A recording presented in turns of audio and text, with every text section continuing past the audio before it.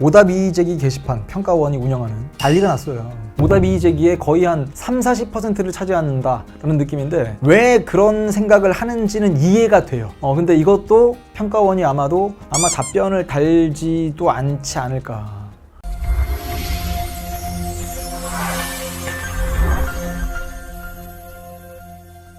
반갑습니다. 딱 나와 메가스터디 최적입니다. 2023학년도 대수능 사회문화 시험 치른 친구들은 정말 고생 많았고요. 이제 총평을 시작할 텐데 이 총평이 담는 것은 단원 분석이라던가 아니면 전반적인 난이도, 그리고 지금 여러분들은 큰 관심이 없을 수 있지만 오답이의제기 게시판 평가원이 운영하는 난리가 났어요. 뭐 때문에 이렇게 많은 친구들이 오답이의제기 했는가부터 시작해서 뒤에 이어지는 심층 분석 및 해설 강의에서 선생님이 꼼꼼하게 보여드릴 건데, 항상 뭐 총평 혹은 뭐 6월 모의평가, 9월 모의평가 끝나고 나면 고생 많았다.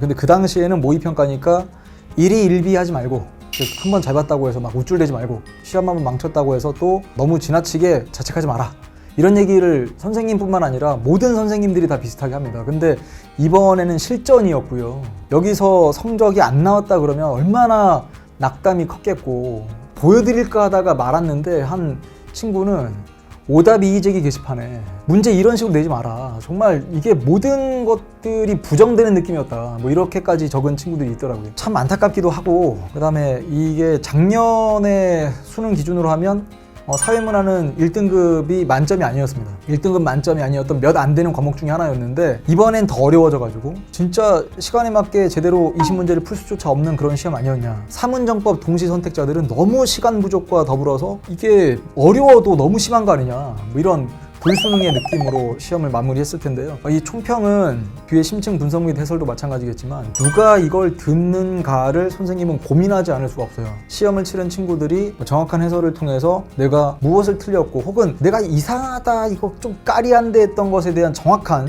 접근이 필요해서 이 강의를 클릭했을 수도 있고, 아니면 사회문화를 선택해서 내년 시험을 치를 친구들이 미리 보기 느낌으로 이번 시험 어땠지? 내가 준비할 사회문화라는 과목이 어떤 식으로 출제가 됐을까? 그 모두의 희망을 담아내야 되기 때문에 준비하는데 더 큰 신경이 쓰였던 게 사실이거든요. 잘 들어주시길 바랍니다. 뒤에 가면 학습법까지 제시를 할게요. 단원별 출제 비중 보시면 4, 4, 4, 5, 3 항상 이렇게 돼요. 이거는 최근 트렌드 정도가 아니라 거의 이제 굳어진 건데, 자료 분석 4문제가 출제가 됐습니다. 근데 그중 계층 관련된 자료 분석 문제는 항상 정답률이 80% 정도였기 때문에 여기 많이 틀린 문제에 들어오지도 않아요. 자료 분석이라는 딱지가 붙은 게 지금 3개가 들어와 있죠.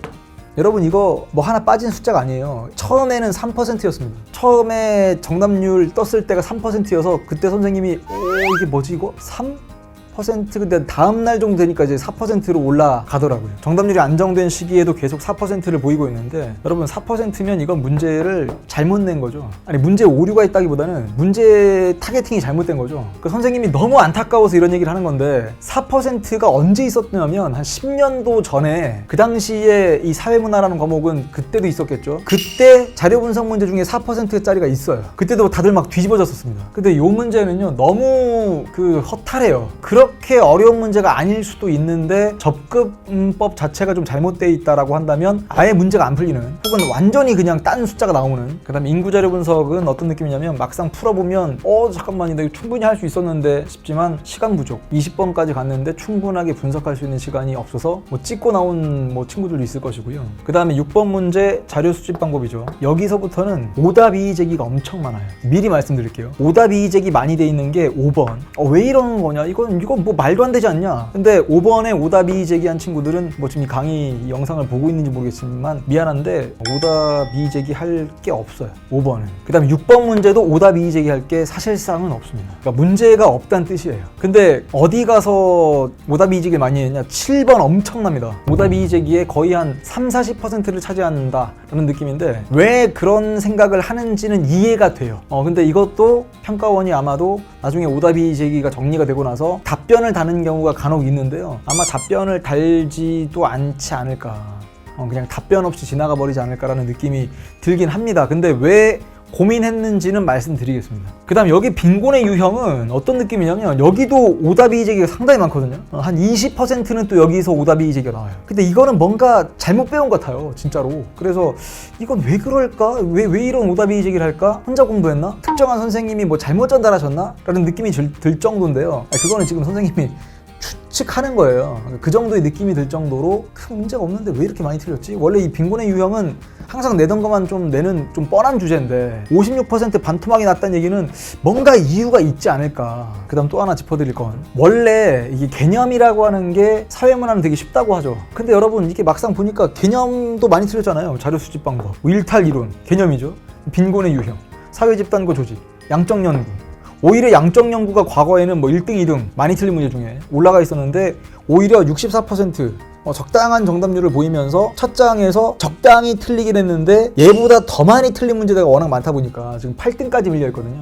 자, 그리하여 등급 컷 예상을 해보니 지금 1등급 컷이 42점이 나옵니다. 만점 받으면 73점까지 표준 점수가 올라갑니다. 그래서 이 수능 끝난 이후에 많은 제자들한테 연락을 받기도 했지만 가장 기억에 남는 DM 게시판에 선생님 게시판에 뭐 선생님 감사합니다 했던 얘기 중에 적생모가 적자생존 모의고사가 수능과 가장 비슷했다. 그래서 그 친구 얘기를 들어보니까 여러 선생님들의 모의고사를 많이 풀었더라고요. 근데 그 중에서 선생님 그래요, 선생님이 만든 그 적생모가 그것만이 뭐 좋은 교재다 이렇게 얘기하는 건 아니고 이걸 왜 소개하는 거냐면 요것 때문에 그래요. 요것 때문에 뭐 언젠가 오리엔테이션이 됐든 아니면 전체 커리큘럼이 됐든 뭐 공부법, 학습법 소개가 됐든 간에 이제 선생님이 자주 할 이야기 중에 하나인데 점진적 과부하라고 하는 건 무슨 말이냐면 개념까지만 끝났는데 적생모를 풀었다. 그럼 상당히 어렵죠.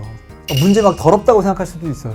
근데 그게 아니라 일정 정도 문제풀이에 익숙해지고 그 다음에 이제 무거운 것도 들어본 친구들이 그 무게감을 견디면 아, 이렇게 시간이 빠듯해질 수도 있겠구나, 이렇게 자료 분석이 어려워질 수도 있겠구나 라고 하는 것을 우리 연구실에서 만든 적자생존 모의고사에서 예고를 했단 말이에요. 그 다음 출제 비중 항상 맞춰져 있었어요. 4, 4, 4, 5, 3 이런 식으로. 자, 왼쪽 한번 볼까요? 오답 이의제기 현황.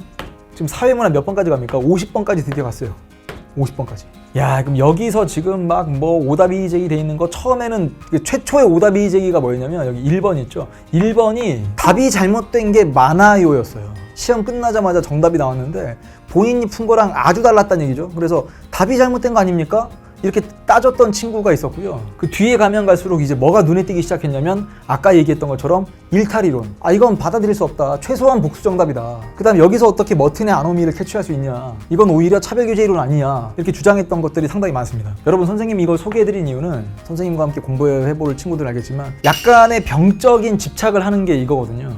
선생님은 이제까지 평가원이 오답이 제기 게시판 열었던 그 역사에서 하나도 빠짐없이 모든 데이터들을 다 모아놓고 있습니다. 그거를 오답이 제기 게시판 열리자마자 닫힐 때까지 계속 신경을 쓰고 이것들을 모아두는 거, 이게 수험생들뿐만 아니라 학교 선생님들 혹은 이제 학원 선생님들도 이거 문제 뭐 이런 식으로 되냐라고 상당한 논거를 들어서 오답 이의 제기하는 경우가 많거든요. 그래서 지금은 사회문화니까 여기는 1번부터 50번까지를 다시 한번 차근차근 들여다보니 아, 시험장의 분위기를 알 수 있겠구나. 선생님이 직접 들어가서 푼 건 아니기 때문에. 사회문화가 50번대까지 간 게 처음입니다. 그만큼 많이 헷갈렸다는 뜻이고요. 그만큼 또 많이 수험생들이 힘들었다는 뜻이고 시험 끝나고 나서도 정답이 나왔을 때 이걸 받아들이지 못했다는 뜻인데 우리는 그러지 않아야 합니다. 그러니까 선생님은 이렇게 생각해요. 개념 강의는요, 쉽게 말하면 거의 대부분 선생님들의 설명 방식이 조금 다를 뿐이지 하고자 하는 말들은 다 똑같을 겁니다. 인터넷 강의 정도 하실 그런 분들, 그리고 네임 밸류라든지 아니면 인지도라든지 강의 경력을 지켜보면 그 정도 설명은 다 누구나 할 수 있는데 문제는 여러분들한테 헷갈리지 않도록 이 문제를 분석을 해서 출제자의 의도가 납득이 되어야 오답 이의 제기를 안 하는 거란 말이에요. 나중에 한번 보세요. 진짜 오답 이의 제기에서 답변조차 안 달고 이게 다 끝나버린다 그러면 여기에 막 질문해둔 친구들 혹은 뭐 따져 물었던 친구들 얼마나 민망하겠습니까? 그냥 끝나는 거예요. 그냥 끝나는 거. 우린 그러지 않도록 이건 선생님이 앞으로 계속 신경을 써드리겠다라는 것 약속도 하지만 여러분, 개념이 끝나고 나야 이걸 하지 않겠습니까? 개념이 안 끝났는데 여러분 자료 분석을 막 선생님이 섞어버리면 심적으로 뭔가 내가 아직 개념이 안 끝났는데 개념 먼저 한번 돌리고 나서 자료 분석, 통계 게임이라고 하는 강의가 있는데요. 계산 문제를 하기 전에 내가 개념을 해야 될 것 같은데 라는 느낌이 들 거예요. 그래서 개념 확실하게 잡고 나서 자료 분석은 따로 준비하는 거고요. 그리고 요거까지 되면 이제부터는 요 개념을 한번 적어드릴까요? 쉬운 주제인데 혹은 쉬운 개념인데 어려운 유형을 입혀가지고 문제 풀기를 방해하는, 예를 들면 여러분들 그 수험생들이 오답 이의제기 많이 했던 뭐 5번, 6번, 7번, 9번은 유형이라고 부르지도 않고요. 어디가 유형이냐면 11번 같은 게 유형이에요. 나중에 풀어보세요. 안 풀었던 친구들을 풀어보시고 풀었던 친구들은 나 이거 맞췄는데 이게 정답률이 76%입니다. 선생님은 항상 정답률에 아주 근거해서 그 강의를 하기 때문에 자문화 중심주의, 문화 사대주의, 문화 상대주의 가지고 76% 만드는 것도 대단한 거예요. 그 원래 항상 90% 넘어가는 주제거든요. 근데 이 문제를 풀 때 뭐가 문제냐면 브레이크가 걸려요. 시간이 걸린단 말이에요. 그러면 뒤에 가면 갈수록 시간에 쫓기겠죠. 그런 효과까지도 우리가 기억을 해야 돼요. 그러니까 유형 공략이라고 하는 거 뭐 진짜 선생님이 대놓고 말씀드리면 유형 공략을 처음 개발했습니다. 뭐 교재도 그렇고 그 다음에 이제 이 특강을 만든 것도 처음이었고요. 솔직히 뭐 자료 분석 같은 경우도 교재를 따로, 자료 분석 교재를 따로 냈던 것도 손에 꼽을 거예요 아마도. 그 전까지는 그냥 전반적으로 이제 개념 쭉 진행하다가 계층 나오면 계층에 대한 문제풀이 하고 뭐 쭉 가다가 나중에 또 뭐 성불평등 얘기 나오면 성불평등에 대한 문제 또 풀면서 같이 뭐 숫자에 대한 것도 한번 고민해보고, 근데 그게 아니라 완전히 따로 이렇게 해서 강좌 만들고 그 다음 교재 개발하고 그 앞에 연습 문제 넣고 그 다음 모형 개발하고 그 다음 예도 문제죠. 이제 독해력이 향상돼야 된다는 건 무슨 말이냐면 빨리 읽고 빨리 풀기도 해야 돼요. 특히나 2번 문제 같은 경우는 정답률이 64%인데 첫째 장에서 원래 가장 많이 틀리는 주제가 바로 양적 연구가 맞거든요. 근데 가면 갈수록 길어져. 어머 미칠 것 같아. 근데 가면 갈수록 길어지지만 그 안에서 정보를 캐치하고 그 다음에 적용한 다음에 답을 고르는 건 순식간에 이루어져야 되는 게 맞아요. 그래야 첫 장에서 시간 소모가 크지 않습니다. 개념 시작할 때부터 시간 관리한다는 건 말이 안 되고요. 처음에는 선생님의 개념 혹은 뭐 어떤 선생님이든 개념 강의하면 그걸 충분히 이해하고 그 다음 자료 분석을 하고 난 뒤에 드디어 한 바퀴가 돌았다. 그러면 나에게 브레이크를 걸어버릴 유형이 뭐냐, 혹은 이게 제시문이 길어졌을 때 어떻게 대응할 것인가. 근데 공식적으로 풀 수 있어요. 양적 연구, 갑이한 거 양적 연구구나. 근데 자료 수집 방법 뭘 썼을까? 그대로 적고 독립변수 뭐냐, 종속변수 뭐냐 본 다음에 이거 헷갈리지 않도록 해서 모집단 누구냐, 표본집단 누구냐, 일반할 수 있냐 없냐, 가설 설정돼 있다면 가설이 검증이 될 텐데 그게 기각될 거냐 뭐 채택될 거냐, 이게 따져 묻는 방식들이 있거든요. 그래야만 여러분들이 시간 관리가 된다는 뜻이에요. 유형도 공략해야 되고 독해력까지 향상을 하려면 어떤 아주 중요한 그 논리의 회로들이 있거든요. 그 회로를 차근차근 밟아 나가지 않고 돌아가서 막 이거 해보고 저거 해보고 안 되면 가정해보고 안 되니까 이거 쑤셔 넣어보고 저거 쑤셔 넣어보고 결국엔 그 문제를 맞힐 수는 있지만 뒤에 가면 시간이 부족해질 겁니다. 자, 그래서 학습법은요, 제발 부탁인데 선생님의 커리를 타겠다 하는 친구들은 관심 선생님 등록을 해놓고서 선생님 강의가 올라갔다 하면 그냥 그때 들으시면 돼요. 딱 알맞게 잘라서 어떤 시기에 어떤 걸 여러분한테 제공할 건지는 선생님의 20년 넘는 이 강의가 보장을 할 겁니다. 뭘 되게 잘하냐면 운동으로 치면 10kg 들 수 있는 친구한테 12kg짜리 줄 거예요. 다소 버겁겠죠? 그 다음 15kg짜리 줄 겁니다. 근데 몇 번 안 시킬 거예요. 왜냐면 당연히 10kg밖에 못 드는데 15kg 주고 당연히 똑같이 10번 들어라. 너무 힘들겠죠? 근데 그걸로 한 3번, 4번만 들면 여러분들은 그 다음엔 더 나갈 수 있어요. 이게 근육 성장의 원리이기도 하고요. 잘 모르지만 그냥 선생님이 뭐 이제 사회문화 전문가인 거지 무슨 뭐 운동 조금 했다고 막 뭐 여기서 여러분들한테 깝치는 건 아니고 운동의 원리랑 공부의 원리가 아주 비슷한 것들이 많더라고요. 갑작스럽게 막 친구들이 30kg 든다고 여러분도 30kg를 들겠다고 욕심을 내지는 않았으면 좋겠습니다. 그러다 허리 나가요. 젊은 것만 믿고 그냥 아무렇게 운동했다가 여러분 선생님처럼 막 팔꿈치 망가지고 이렇습니다. 자, 이제 심층 분석 및 해설은 끊어서 바로 뒤에 이어서 정리할 건데요. 1번부터 다 풀이하는 건 큰 의미가 없을 거고 많이 틀린 문제 한 10문제 정도를 선정을 해서 차근차근 아주 깊이 있는 해설을 해보겠습니다. 심층 분석 및 해설 강의에서 만나죠. 최적이었습니다.